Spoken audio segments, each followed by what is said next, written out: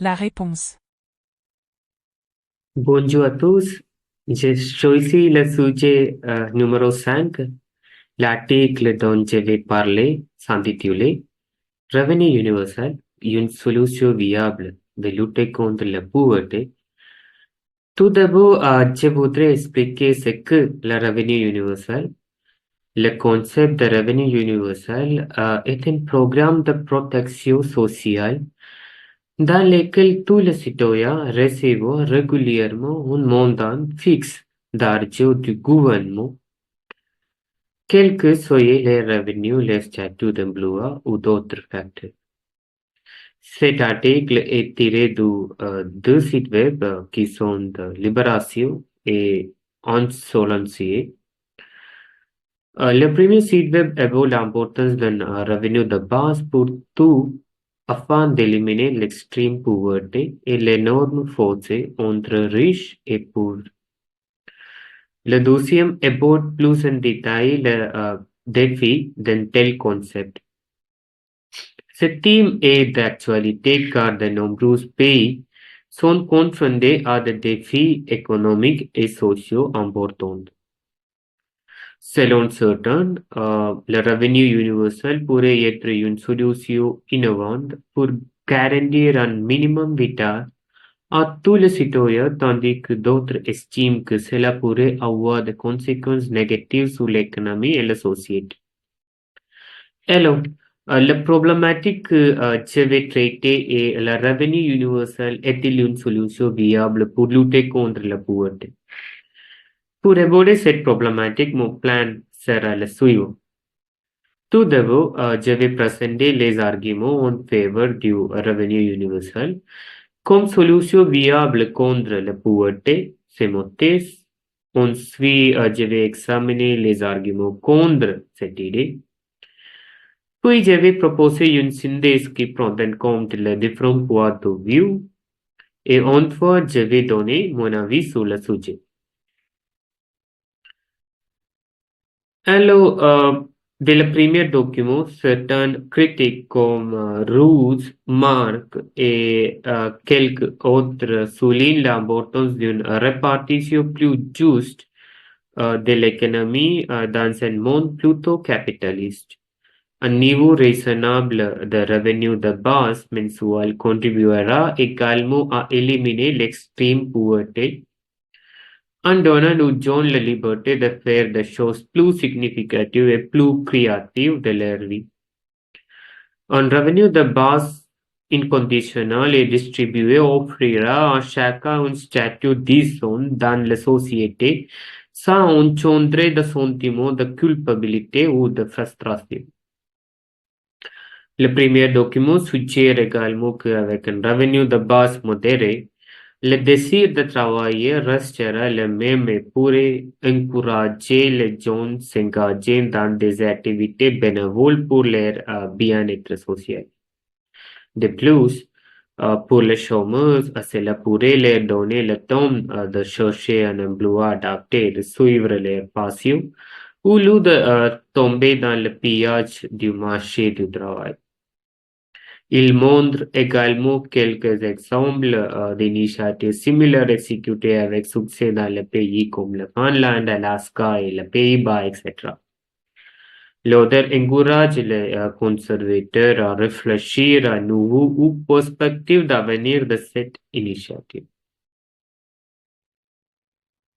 Alors, dans la deuxième partie de mon exposé, j'expliquerai les arguments qui contredisent l'idée du revenu universel. Le deuxième document montre l'autre facette de cette initiative, être payé à ne rien faire. C'est considéré comme c'est considéré comme une illusion économique dangereuse. Si personne ne travaille, il n'y aura bientôt plus de création de richesses et donc plus de ressources à taxer ou à partager. L'auteur du deuxième document évoque la possibilité d'un creusement encore plus grand l'écart entre riches et pauvres, car cela encouragera une majorité de la population à rester inactive et à dépendre exclusivement de l'aide sociale. Cela pourrait également créer un déficit d'emploi important et entraîner la perte de compétences professionnelles accueillies au fil des années d'études et expériences professionnelles. Selon les études présentées dans le document 2, plus de la moitié de la population estime que cette approche ne pourrait pas être réaliste. Enfin, l'auteur questionne les effets de hyperconsommation et suggère que nous devrions plutôt concentrer notre attention et notre ressources sur des initiatives plus fructueuses telles que la réduction de notre empreinte carbone, utilisation des technologies pour la humanité et la planète, etc. Dans la troisième partie de mon exposé, j'ai élaboré une synthèse qui prend en compte le poids significatif de 12 documents. Le principal défi du revenu universel incluait la faisabilité financière, l'efficacité dans la réduction de la pauvreté et les impacts potentiels sur l'économie et la société. Parmi les défis financiers, il y a le coût élevé de mise en œuvre et de maintien d'un tel système, ainsi que la nécessité de trouver des sources de financement durables. En outre, il y a des préoccupations concernant l'impact sur la motivation au travail et la productivité, ainsi que le risque de dépendance à l'égard des aides gouvernementales. Enfin, la mise en œuvre d'un revenu universel nécessiterait des réformes importantes des systèmes de protection sociale existants, ce qui pourrait être complexe et politiquement difficile. Cependant, quelques études dans le deuxième document montrent que 85% de Français pensent que, ou même travaillent en cours pour gagner plus d'argent car ils ne peuvent pas imaginer ne pas travailler. C'est un bon signe de quoi que le revenu universel ne va pas nuire à la productivité. Deuxièmement, il contribuera également à éradiquer le vol à la tir et autres activités criminelles. Ce sera donc une excellente initiative pour créer une société plus sûre, plus juste et plus équitable pour tous. Enfin, le résultat de nombreuses études suggère une plus grande satisfaction collective et une réduction du stress chez les travailleurs, beaucoup moins inquiets de perdre leur emploi et une augmentation très positive de la vie associative et des actions caritatives. Comme mentionné dans le premier document, le reste pourrait être une question de modalité et ajustement qui sera évidemment le fruit d'une réflexion collective. Hello, personnellement, je pense que le revenu de base universel représente une solution audacieuse et innovante pour lutter contre la pauvreté et les inégalités sociales. Malgré les défis et les critiques, les bénéfices potentiels de cette mesure sont considérables, notamment en termes de simplification des systèmes de protection sociale, de promotion de l'autonomie individuelle et de réduction de la précarité.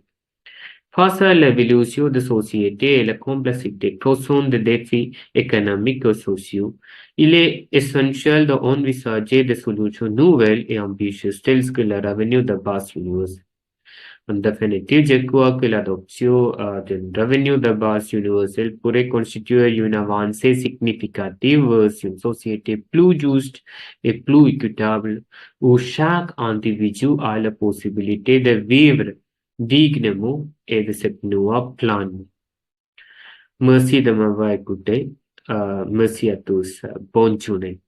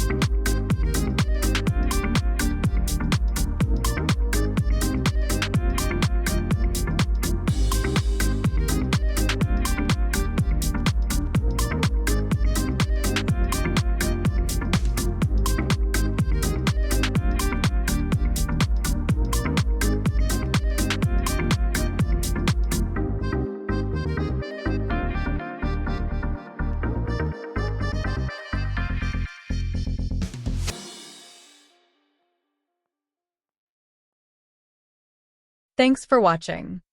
Please subscribe the channel for more such useful contents. If you like this video, please drop a like and share your valuable comments. To show us your support by sharing with your friends and family, stay tuned.